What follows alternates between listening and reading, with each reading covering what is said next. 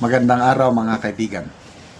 Bigyan natin ng reaction opinion itong post sa threads na dumaan sa wall ko. Caption o title, yung ang tataas ng pinag-aralan mo, meaning kay Yusek Cabral pala ito, ng pinag-aralan, qualifications. Pero mas pinili mo masangkot sa mga kawatan sa gobyerno. Ito, nakalagay dito, education, government experiences, and other positions. Nakakalula ang educational qualifications ni Yusek Cabral. Ito. Licensed civil engineer. Doctorates, 3. Grabe. Yung makaisang doctorate degree ka na lang, mahirap na yun eh. Ito sa kanya 3.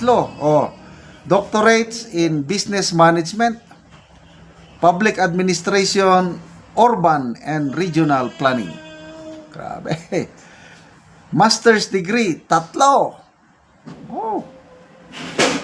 Business, strategic economics, and urban and regional planning. Executive programs and certificates. Wharton Business School and Harvard Kennedy School. Puros mga sikat ito. Sa US, Wharton. Sa US ba ito o UK? Wharton Business School and Harvard Kennedy School. Ang kinuha niya doon is Data Analytics, Government, Digital Transformation, and Public Policy. Kaya nilagay dyan sa planning eh. Planning ng DPWH. Muhammad bin Zayed University, Abu Dhabi, Accelerated Artificial Intelligence. Ito, ang kanyang government service. She rose from the ranks. 40 years siya sa DPWH eh. Ito, ang kanyang government experience. DPWH Undersecretary for Planning, Public-Private Partnership, and Information Management Services. She was the first female rank-and-file employee to rise to this level. Chairperson of DPWH, PGS, PBB, DTB, and GAD committees. Hindi ko na alam yung mga abbreviation na yan. DPWH representative to multiple boards and agencies like PEZA, NIA, TRB, PPA, LRTA, SIA, PSA, Infracom, etc. Ito pa, kakamanga, Commissioned Officer, Philippine Army Reserve Force, rank of Lieutenant Colonel. May service din pala ito, sayang. Other positions. First female President, Philippine Institute of Civil Engineers from 2017 to 2018. National President, Road Engineering Association of the Philippines from 2019 to 2021. Professional Chair in Engineering, Science and Technology, Polytechnic University of the Philippines in 2021. Tama pala yung tama yung nabasa ko ito sa mga comment section nung nagsisimula na ang hearing sa flood control scandal. Ito na, nabasa ko yung matino siyang empleyada nung una. Talagang straight lang. Kaya nga, si rose from the ranks. Walang palakasan, nag-aral siya, scholar siya, mga ganon. Ito na, maganda na basa ko itong post na ito. Grabe 3 doctorate degree, 3 master's degree.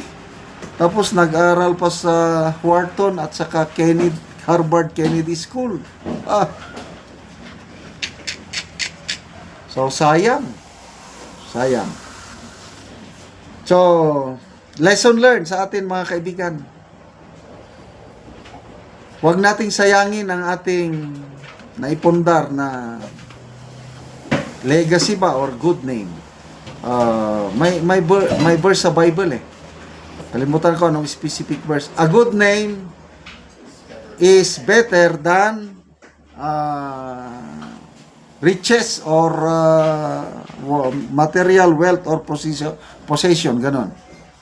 Good name. Pangalagaan po natin ang ating character, integrity.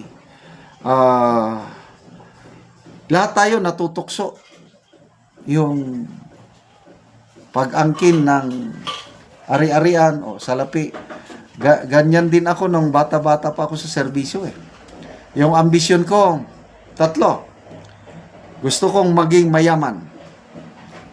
Gusto kong maging sikat.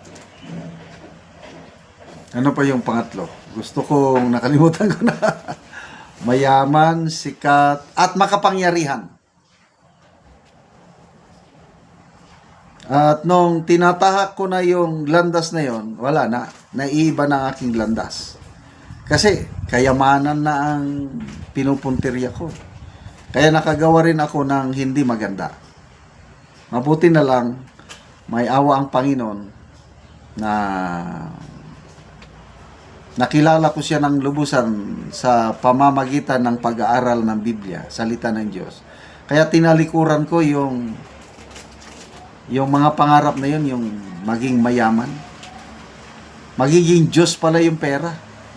Yung Matthew 6:34 ba yun? Yung you cannot serve two masters at a time. Either you hate the one and love the other. You cannot serve both God and money. So, the love of money is the root of all evil. Yun na yung greediness. Pag ang naghari sa buhay natin is greediness, wala na. Mangungurakot na tayo. Kasi wala ka ng contentment eh. Noong una, million lang. Later on, billions. Di ka pa rin kontento. Later on, trillions. Wala pa rin. So, sayang na sayang. Salamat mga kaibigan sa inyong pagsubaybay sa ating channel. Nakakatulong kayo ng malaki sa tribong Talandig ng Bukidnon dahil ang sweldo natin sa channel na ito, pantulong po sa tribo. Namimigay tayo ng libreng yero at pako sa tribo para makapagpatayo sila ng mas maayos nilang tahanan. Dahil kawawa, nakatira lang sila sa mga hindi ko may describe nakakawang kalagayan nila. Panoorin nyo ang video na ito. So mga ka-viewers, live ta karon ako karon diri sa balay nga makita nimo nga trapa lang ang atop o ang dingding. So mo na gid ang hitsura sa ilang balay, trapal, ang dingding o ang atop.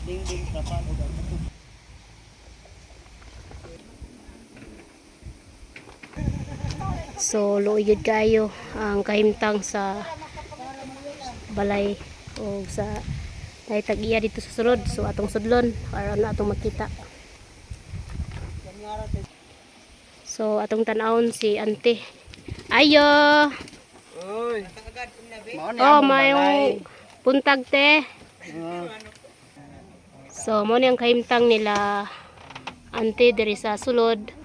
So trapa lang ang ilang atop o apil pod ang ilang dingding. So trapa lang pod ang ilang dingding. So kung muulan, ulanan gid kay sila. So mao pod na ang ilang lutuanan, ilang abuhan.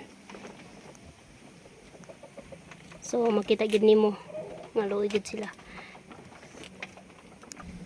So pila na ni katuig ang inyong balay ante nga sa inyong pagpuyo diri sa inyong balay? Duha na may dere. So duha pa lang ni katuig ang ilang balay ni ante. So trapa lang yod ang ilang dingding o ang ilang atop. So nakay anak te? Na 5 So 5. estudyante ang duha. So pila na day mong edad te? 41. So 41 na si ante. So asa imong bana day ante? naglakaw lagi. naglakaw. Mangitag wala. Nangita siya upang ginabuhian. So si ante 5 kabuki ang anak ug mo na ilang balay. So subscribe ta mga ka-viewers ug salamat. Mat kay sa Ginoo nga naara gyud nakadumdum sa among balay na imo. Oo nga matabangan mo. Kuan. Sige ante. Kung saan ang paningkamot. Wa Oo. gyud nga ana ra gyud among payag balay. Sige ante, salamat.